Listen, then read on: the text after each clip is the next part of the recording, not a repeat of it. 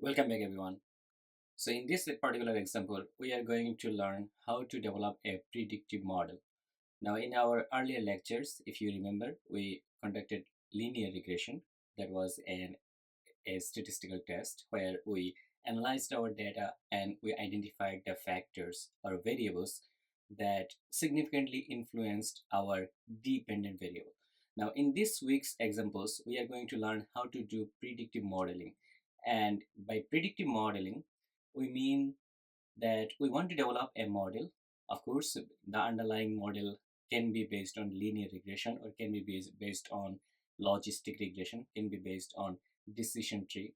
Whatever the underlying mechanism is, the final goal is to develop a model, a predictive model that can predict our output or dependent variable y given the set of values for our x variables.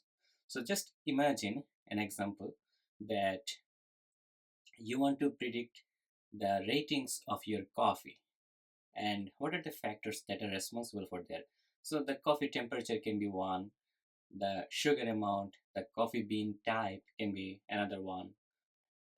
There are so many other factors. So just take these three factors and imagine that you have a set of data where your x variables are temperature, coffee, um, sugar ratio, then maybe the bean type. So these three are the x variables or predictors, and your dependent variable is the rating, right? So the ratings is the dependent variable.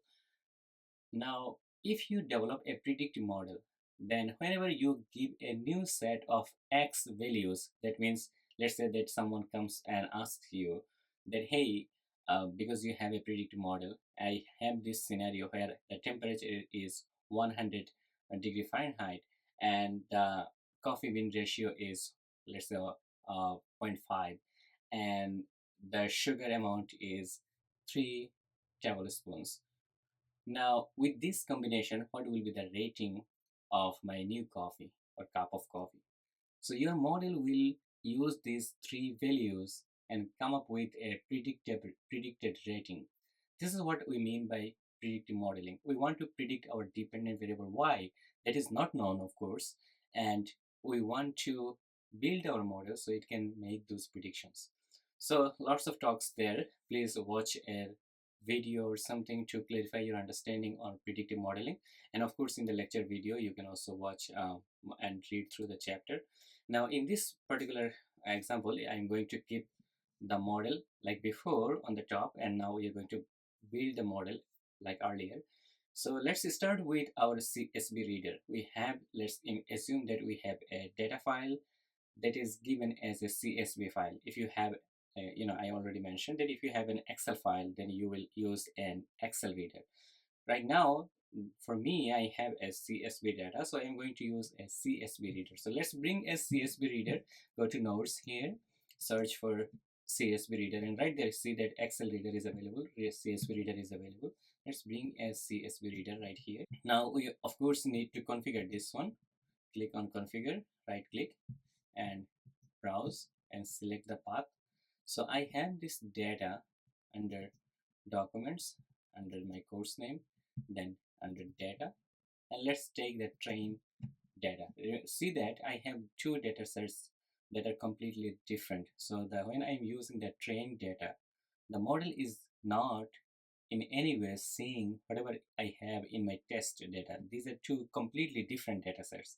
All right, so let's use this one, and now you can see the columns available here. If you want to unselect any column at this moment, you can also click here and unselect, but let's just continue.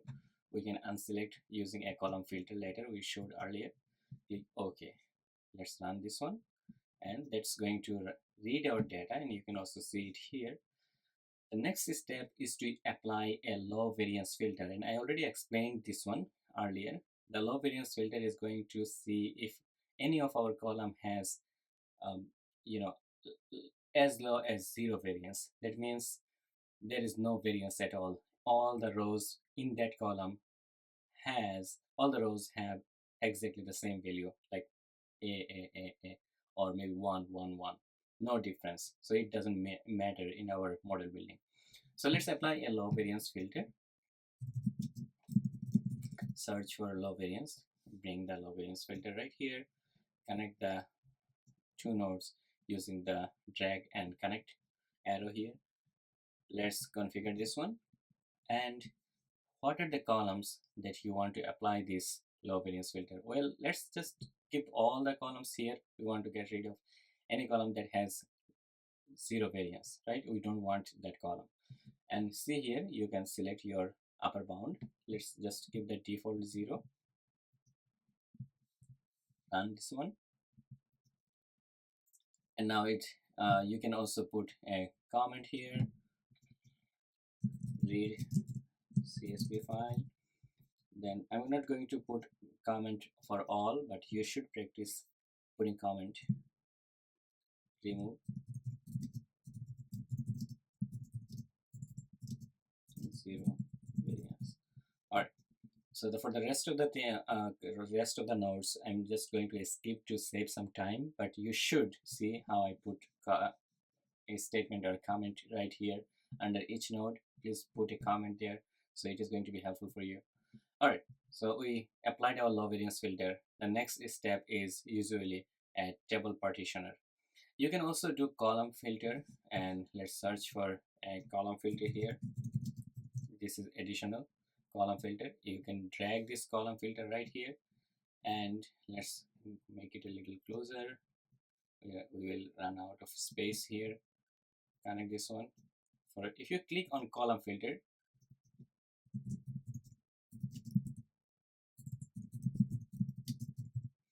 all right, if you click here, there will be a pop-up window here, and you can drag or remove any column that you don't want in your model building. So in this particular case, because we are going to use a linear regression, right?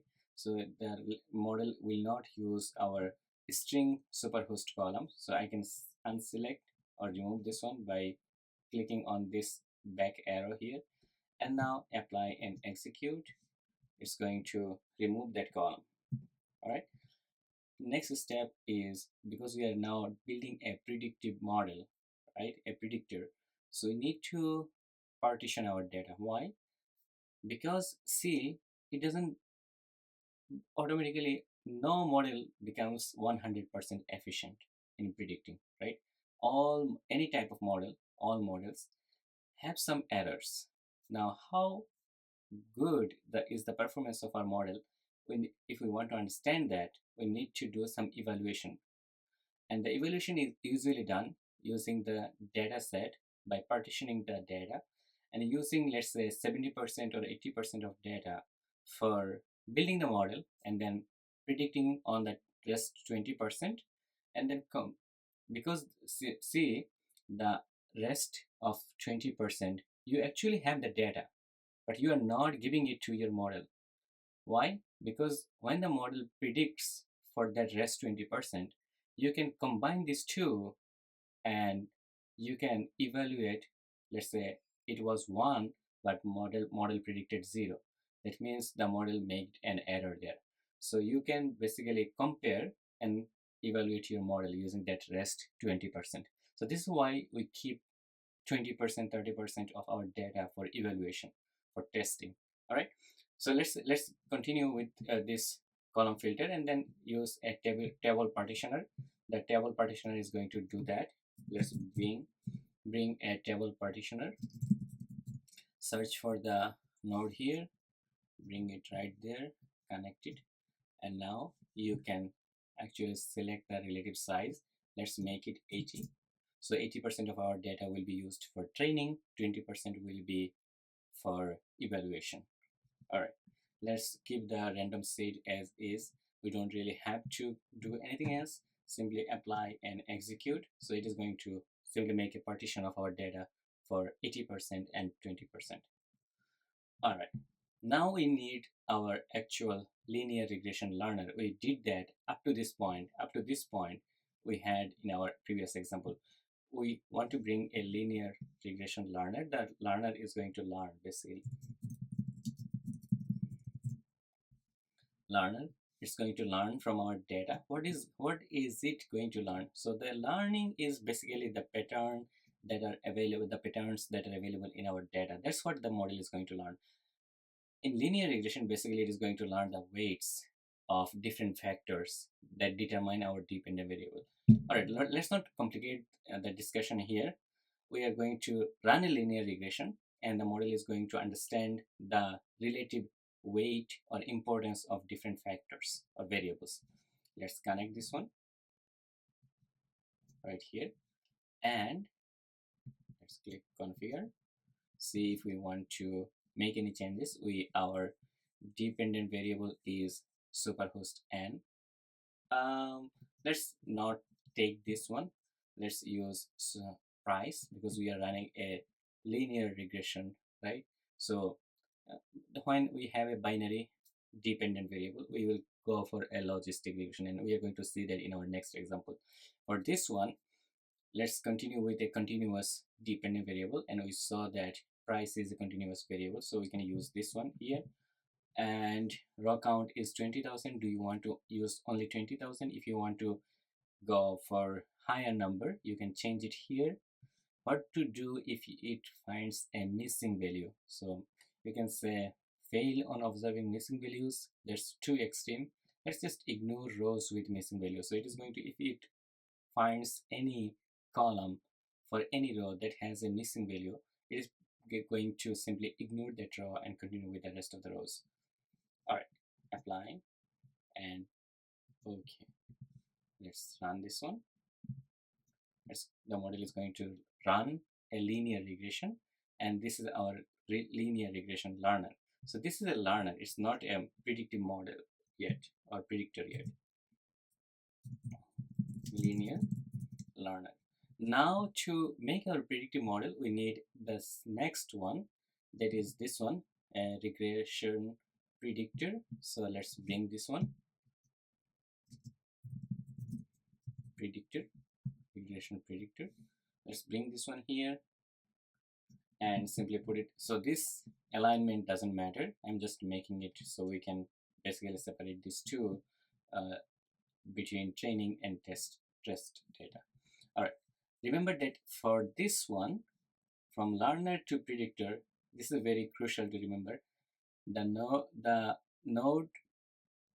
learner node will be connected to the predictor node using this square connector, not our arrow. All right.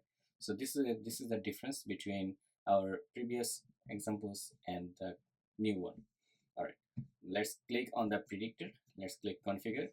See if you want to make any changes. Custom prediction column name. If you want to make a custom prediction name, you can do it here, but by default it is going to make a name. So let's just click apply, click OK.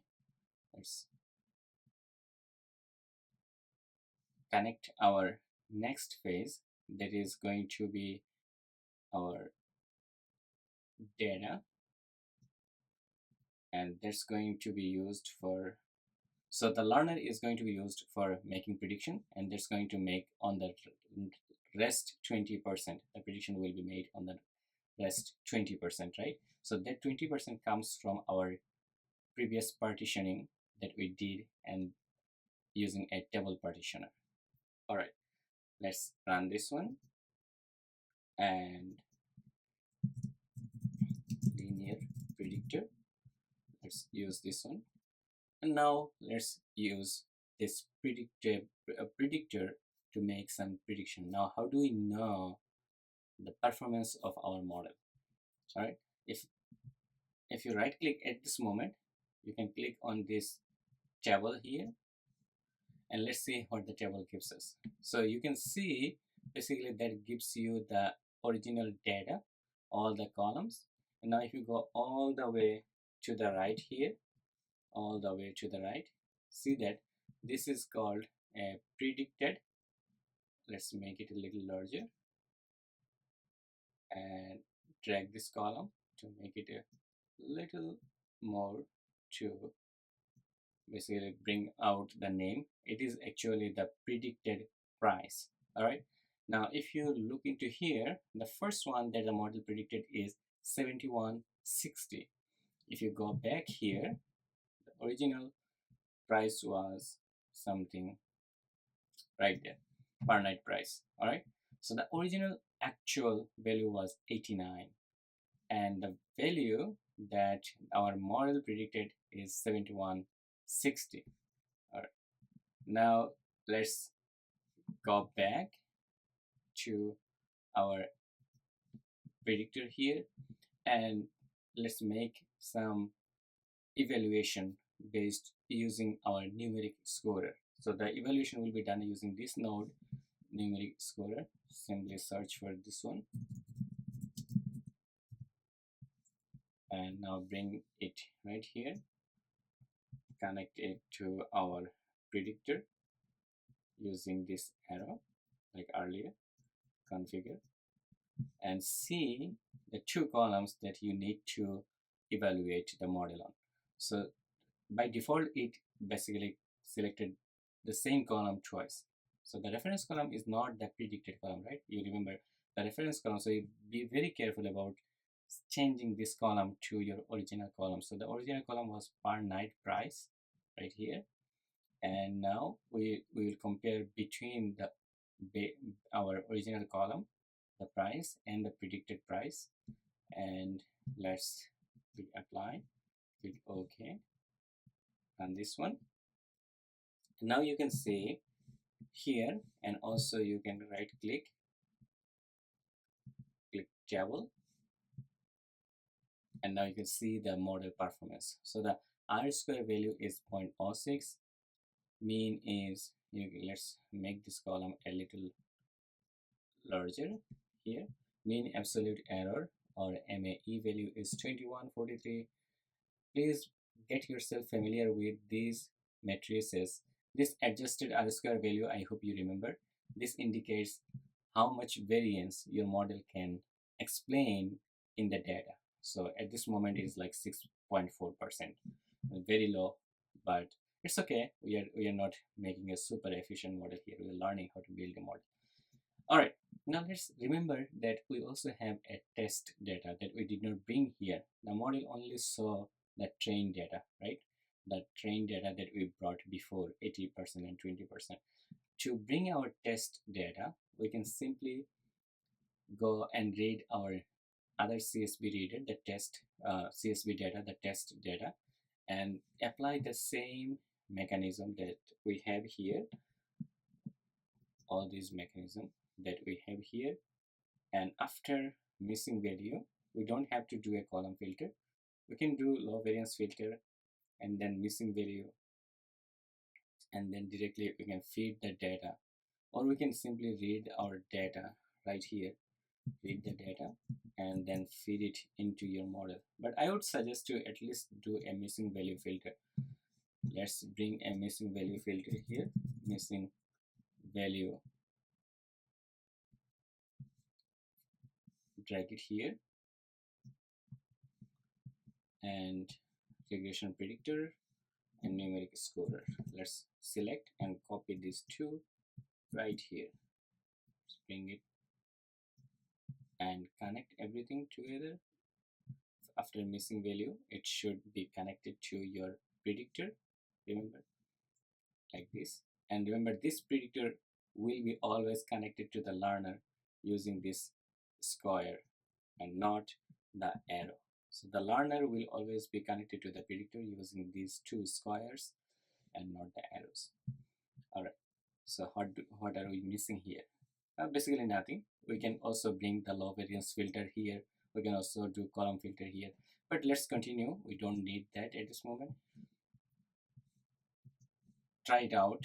Let's now select the test data. Remember that before we used train data, and if you don't remember, see that before it was train, Asheville train. Now we are taking the Asheville test data. Let's take this one, click apply. If you go to transformation, you can actually get rid of your superhost S right here, right there. Let's get rid of this two, click apply, click OK. read the data, click on missing value, configure this one, do nothing. Well, if what to do if it finds a missing value? Well, if I would say remove the row. If the row has missing value, then just remove it. Let's click OK, run this one. So it is going to remove any missing value from our test data. All right, let's now go to our predictor, configure this one, see if you need to make any changes. We are not really making a custom prediction column name. Let's apply, click OK, the same drill here, run it, and now you can check out, of course, and you should check out the table and see if you received a predicted column like earlier. So the price per night was 165, it predicted 99. So you see that lots of almost in every case the values are very different. That means our model is not at this moment super efficient and not doing a really good job, but it is a predictive model based on linear regression. And in the future examples we will see if we can make better predictors using other methods, right? Not necessarily that linear regression is always going to give you a better predictor. All right, let's run. We already ran this one. Let's configure this one. Per night price and the predicted price. We can keep this one because we copied, so this was selected correctly. Let's run this one.